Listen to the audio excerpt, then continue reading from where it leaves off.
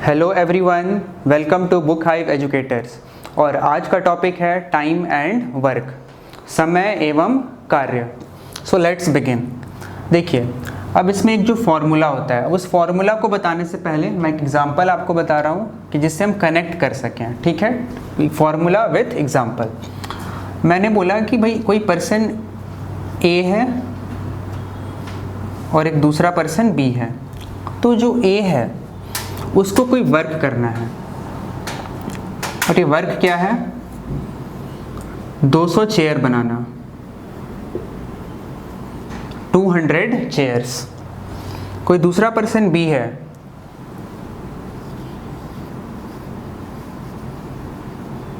इसका काम क्या है? 200 चेयर्स बनाना। अब ए ने बोला कि जो उसको टाइम लग रहा है, इस वर्क को करने में, 200 चेयर बनाने में, वो लग रहा है 20 डेज का। ठीक है। और बी ने बोला कि उसको जो टाइम लग रहा है, ये कितने का लग रहा है? 10 डेज का। अब अगर आप ध्यान से देखो तो अगर 200 चेयर 20 दिन में बनाया जाएगा तो अगर 200 से डिवाइड करोगे तो एक दिन में कितना? एक दिन में बन रहा है 10 चेयर। या ऐसे भी देख सकते हो, किस नंबर से मल्टीप्लाई करें कि 200 आ जाए? 10 से मल्टीप्लाई करें तो क्या है? 200 chairs per day, 200 chairs per day. और बी के लिए क्या है? 200 को 10 से डिवाइड करोगे तो 20 चेयर्स पर डे। तो दिस इज टाइम। और ये क्या मिल गया? Work done in unit time, per day, per hour, पर मिनट। वो सब क्या हो जाता है? एफिशिएंसी, जिसको हम क्षमता भी बोलते हैं, क्षमता। तो यहाँ से एक फॉर्मूला बन गया, time into efficiency is equal to work. तो दिख रहा है, मैंने आपको एग्जाम्पल के साथ इस फॉर्मूला को, इस कॉन्सेप्ट को समझा दिया कि कोई कंफ्यूजन नहीं रहेगा। देखिए, बहुत सिंपल सी बात है। जो एफिशिएंसी है, इसका बहुत सारा नाम है, तो मैं नाम भी आपको बता दे रहा हूँ। एफिशिएंसी, कैपेसिटी, ये सब वर्ड यूज़ होता है। तो कैपेसिटी टू वर्क और एफिशिएंसी टू डू वर्क, ये सब कुछ क्षमता, ये सब कुछ वर्ड्स हैं।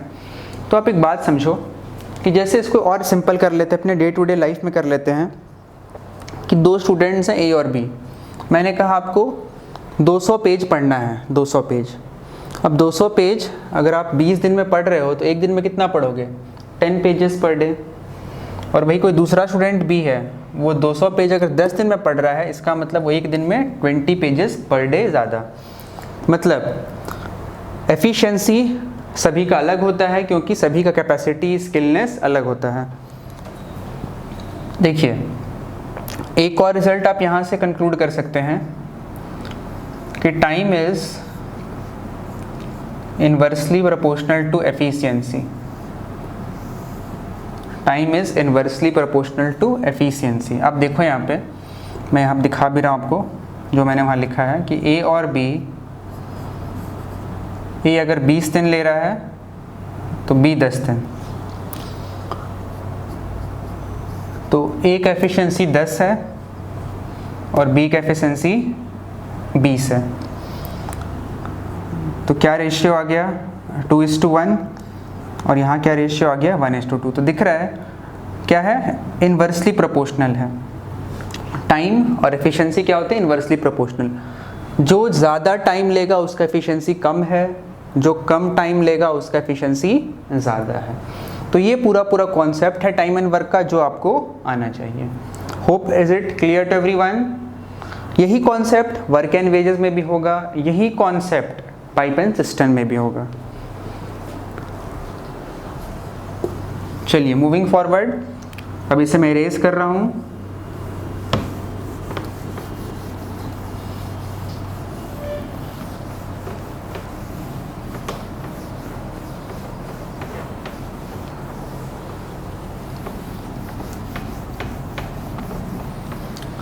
अब मैं आपको वर्क एंड वेजेस के बारे में भी थोड़ा बहुत बताता हूँ यहाँ पर, क्योंकि कनेक्ट कर सकते हैं आप सभी चीज़ों को एक साथ। अगर मैं वर्क एंड वेजेस की बात करूँ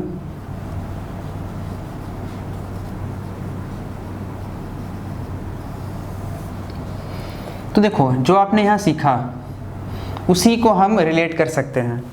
अब एग्जांपल लेता हूँ मैं कि ए किसी काम को 10 दिन में करता है, बी किसी काम को 20 दिन में करता है। अच्छा, और इनको 600 रुपये दिए गए हैं एक वर्क को फिनिश करने के लिए, तो इनमें पैसा कैसे बटेगा, इनका वेजेस क्या होगा? तो देखिए, ए अगर 10 दिन ले रहा है, बी अगर 20 दिन ले रहा है, तो एलसीएम क्या आ गया 20, that is total work. Efficiency आ गया 2, एफिशिएंसी आ गया 1। ठीक है, यहाँ तक क्लियर है? Efficiency 2, efficiency 1। तो जिस रेशियो में एफिशिएंसी है, ठीक है, उसी रेशियो में आपका वेज भी बांटा जाता है। इस बात को ध्यान रखना कि ratio of efficiency directly proportional to ratio of wage, which means efficiency is directly proportional to wage. आप खुद सोचिए, आप किसी से वर्कर से या किसी शॉप फ्लोर एसोसिएट से काम करवा रहे हैं, किसी हेल्पर से काम करवा रहे हैं, जिसकी एफिशिएंसी ज़्यादा होगी, जो ज़्यादा काम कर रहा होगा उसको अब ज़्यादा पैसा देंगे, है ना। Efficiency is directly proportional to wage, जो उसकी क्षमता है उसके आय वेतन से डायरेक्टली प्रोपोर्शनल है। अब ये 600 रुपये अगर यहाँ बांटने थे तो इसका मतलब 2 और 1, 3 यूनिट बराबर 600 है, 1 यूनिट आ गया 200 रुपये। 1 यूनिट 200 मतलब ये बी का वैल्यू हो गया, और 2 यूनिट मतलब 400। तो किसको मिलेगा? ये मिल गया बी को और ये मिल गया ए को। ठीक है, ये पूरा कॉन्सेप्ट होता है, तो आपको ये बात ध्यान रखना है वर्क एंड वेजेस में। फाइन, चलिए moving forward.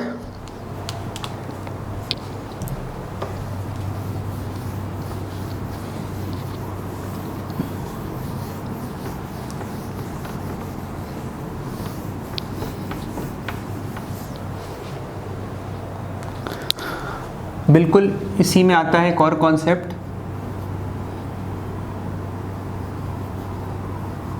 Pipe and systems, नल एवं टंकी। पाइप मतलब नल, सिस्टम मतलब टैंक टंकी होता है, नल एवं टंकी।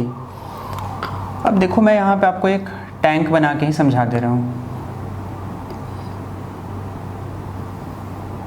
ठीक है। ये टैंक है। अब टैंक में क्या है? ये इनलेट, पानी भरा जा रहा है, और एक नल लगा हुआ है या उसमें कोई लीकेज है, ठीक है, तो ये हो गया आउटलेट। तो इससे आपको वर्ड पता होना चाहिए, इनलेट और आउटलेट। ये बेसिक सा डिफरेंस है। जनरली पाइप एंड सिस्टम में आपको इनलेट और आउटलेट का ही कंफ्यूजन बना के क्वेश्चन में दिया जाता है। तो जो इनलेट है वो क्या करेगा? Positive work.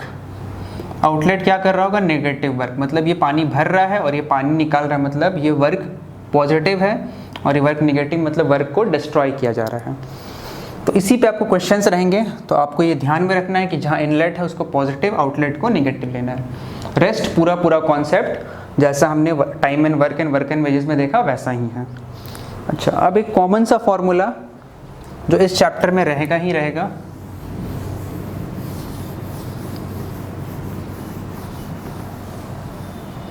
देखिए। अब इसमें क्या रहेगा कि भाई एक फॉर्मूला होता है M1 D1 H1 by W1 is equal to M2 D2 H2 by W2। बहुत इंपॉर्टेंट फॉर्मूला है ये, आपको time and work and wages और पाइप एंड सिस्टम तीनों में ही यूज़ हो रहा होगा। आया भाई वहीं से है, time into efficiency is equal to work. इसी फॉर्मूला से डिराइव होकर ये आया हुआ है। अगर आप ध्यान से देखिए तो ये डेज इनटू आवर्स होता है। अच्छा मैं यहाँ बता दूँ m क्या होता है, नंबर ऑफ मैन,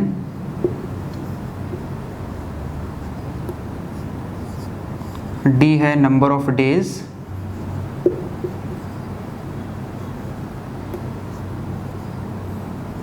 h हो गया नंबर ऑफ आवर्स और w हो गया वर्क डन।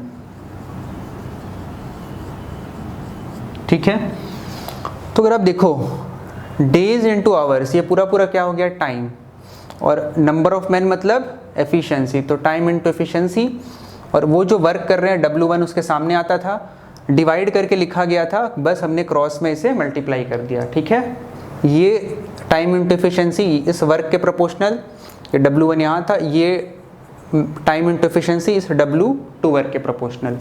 ठीक है, अब क्रॉस में करके हमने ऐसे फॉर्मूला बना दिया। अब स्टैंडर्ड फॉर्म है तो हम भी इसी फॉर्म में लिखा करेंगे। अब एक बात ध्यान में रखना कि अगर वर्क सेम हो गया, इफ वर्क इज सेम, ठीक है, तो यही फॉर्मूला कैसा बन जाएगा, आप जरा देखो, m1 d1 h1, तो work is same and hours is also same, तो m1 d1 is equal to m2 d2।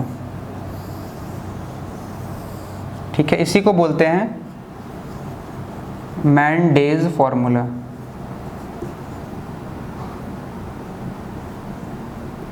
Man days formula, तो आपको कंफ्यूज नहीं होना है, कुछ टेक्निकल टर्म्स अगर आपको नया मिल जा रहा है तो सब कुछ वही है, बस आपको एक basic formula time into efficiency work पता होना चाहिए। यहीं से हम सभी कॉन्सेप्ट्स को रिलेट कर रहे होंगे। ओके, और एक बात आपको मैं बता दूं, टाइम्स पे डिस्टेंस जब आप पढ़ रहे होते हैं वो भी यहीं से आ रहा होता है। एफिशिएंसी क्या होता है, एफिशिएंसी होता है स्पीड, वहाँ पे distance travelled in unit time, तो हम बोलते हैं time into speed is equal to distance, और डिस्टेंस वहाँ पे क्या हो जाता है, वर्क, वर्क जो होता है वहाँ पे डिस्टेंस हो जाता है। तो हम नेक्स्ट चैप्टर्स करेंगे टाइम स्पीड डिस्टेंस, तो हम इसी तरह बेसिक से बिल्कुल उसे भी स्टार्ट कर रहे होंगे। ओके, तो यहाँ तक नोट करिए, फिर क्वेश्चंस पे चलते हैं। ठीक है, चलिए एक एग्जांपल भी मैं लेता हूँ कि मैं कॉन्सेप्ट्स को आपको अब सिखा पाऊँ। जैसे इसी क्वेश्चन में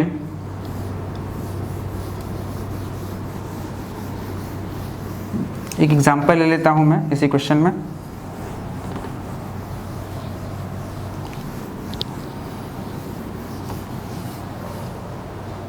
देखिए क्वेश्चन में बोला गया कि जैसे 40 मैन हैं, 20 दिन तक 10 घंटे काम कर रहे हैं, तो 200 मीटर का ब्रिज बना रहे हैं। ठीक है, ऐसा सवाल मिलेगा आपको। तो बताइए 50 आदमी कितने दिन तक 5 घंटा काम करें कि 100 मीटर, या उस मतलब बोले आधा काम या 100 मीटर ब्रिज बना दें। तो अब ये सवाल है आपके सामने, सिंप्लीफाई करेंगे। देखिए ये 2 जीरो से 2 जीरो कट गया, और ये 2 से 10 पे कट गया, 10 कट गया, 5 से ये 2 पे कट गया, तो और ये 5 से 8 पे कट गया, तो D2 इज इक्वल टू 8 2 जा 16 डेज। इस तरह का सवाल आपको पूछा जाएगा। तो मैंने एग्जांपल ले लिया क्वेश्चन के हेल्प से कि आपको समझ में आए कैसे क्वेश्चन फ्रेम होते हैं। ऐसे क्वेश्चन हम करेंगे अपने चैप्टर्स में। ठीक है, मूविंग फॉरवर्ड, मिटा रहा हूँ मैं इसको। क्लियर होगा सभी को?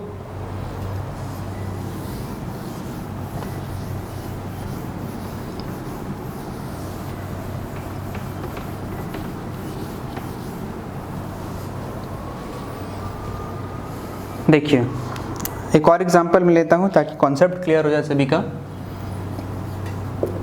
जैसे मैंने कहा ए किसी काम को 12 दिन में करता है, बी किसी काम को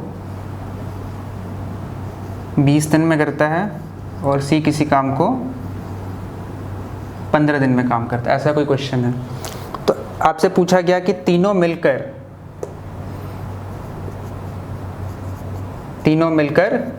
काम कितने दिन में वही काम सेम वर्क फिनिश कर देंगे। तो आपको क्या करना है, जो इनका टाइम होता है 12, 20 और 15,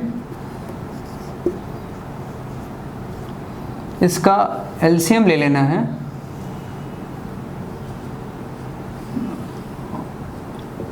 और ये एलसीएम हो जाएगा टोटल वर्क। 12 टाइम का एलसीएम ले लेना है, वो हो जाता है टोटल वर्क। अब देखिए 12 डेज है तो अगर 60 यूनिट काम 12 दिन में हो रहा है तो एक दिन में कितना काम हुआ, 5 यूनिट। वही क्या हो गया उसका एफिशिएंसी। 60 यूनिट 20 दिन में कर रहा है तो इसका एफिशिएंसी क्या हो गया 3 और इसका एफिशिएंसी 4। तो ये हो गया टोटल एफिशिएंसी। ठीक है, यहाँ पे है टाइम, ये वर्क। तो 5 + 3 + 4 8 + 4 12 आ गया टोटल एफिशिएंसी। अब हमें फॉर्मूला पता है, टाइम इनटू एफिशिएंसी वर्क होता है। ठीक है, तो जो टाइम ये तीनों लेंगे ए, बी और सी, तो total work divided by total efficiency, ये फॉर्मूला यूज़ कर लेंगे। तो टोटल वर्क क्या हो गया 60 और टोटल एफिशिएंसी क्या हो गया 12। तो इस तरीके से अगर काम किया जाए तो काम कितने दिन में फिनिश हो जाएगा, 5 दिन में। अगर अलग अलग काम कर रहे थे तो 12, 20 और 15 दिन लग रहा था, लेकिन अगर तीनों मिलकर काम करेंगे तो काम कितने टाइम में फिनिश हो जाएगा, वही काम 5 दिन में फिनिश हो जाएगा। क्लियर है सभी को? Okay fine. चलिए अब मैं इसी एग्जांपल को पाइप एंड सिस्टम पे भी ले लेता हूं कि उसे भी मैं क्लियर कर पाऊं साथ साथ में। हो गया? चलिए ठीक है, मैं ऐसे इरेज तो नहीं करूंगा, जहां ज़रूरत है वहीं पे इरेज करता हूं मैं कि आपको समझ में आ जाए फिर से, कि पूरा नहीं लिखना पड़ेगा मुझे। ऐसा बोला गया कि क्या है, एक इज अ टैप। अभी क्या है, टैप है, पाइप्स हैं, ये इनलेट है, मतलब ए फिल्स, तो ये क्या है पॉजिटिव वर्क करेगा। अपने समझ के लिए मैंने यहाँ पॉजिटिव बना लिया, ये लिखा रहेगा इनलेट। इनलेट है 12 डेज में, चलो 12 डेज में इसको कर देते हैं आवर्स। 12 घंटे में ए पानी भर दे रहा है, बी भी 20 घंटे में पानी भर सकता है किसी टैंक में, और सी 15 घंटे में खाली कर सकता है। आउटलेट है, इनलेट है, ये आउटलेट है। सेम कॉन्सेप्ट रहेगा। एलसीएम लेंगे आप टाइम का, वर्क, एफिशिएंसी निकालेंगे, लेकिन ये प्लस है, ये प्लस है और ये माइनस है, नेगेटिव एफिशिएंसी, क्योंकि पानी खाली कर रहा है। इनलेट है, इनलेट और ये आउटलेट है। तो अब जब आप टोटल एफिशिएंसी देखेंगे तो 5 + 3 - 4, 8 - 4 4 आ गया। तो अब पूछा जाए तीनों मिलकर, ए, बी और सी तीनों मिलकर काम कितने टाइम में कर देंगे, मतलब तीनों पाइप कितनी देर में टंकी फिल कर देगी। 2 इनलेट है, एक आउटलेट है। तो अब आपका आंसर होगा भाई, टोटल वर्क 60 था, एफिशिएंसी क्या हो गया 4, तो आंसर क्या हो जाएगा 15 घंटे में। क्लियर है सभी को? ठीक है, तो आपको इसी निगेटिव वर्क का ध्यान रखना है। यही थोड़ा सा डिफरेंस होता है टाइम एंड वर्क के क्वेश्चन में और पाइप एंड सिस्टम के क्वेश्चंस में।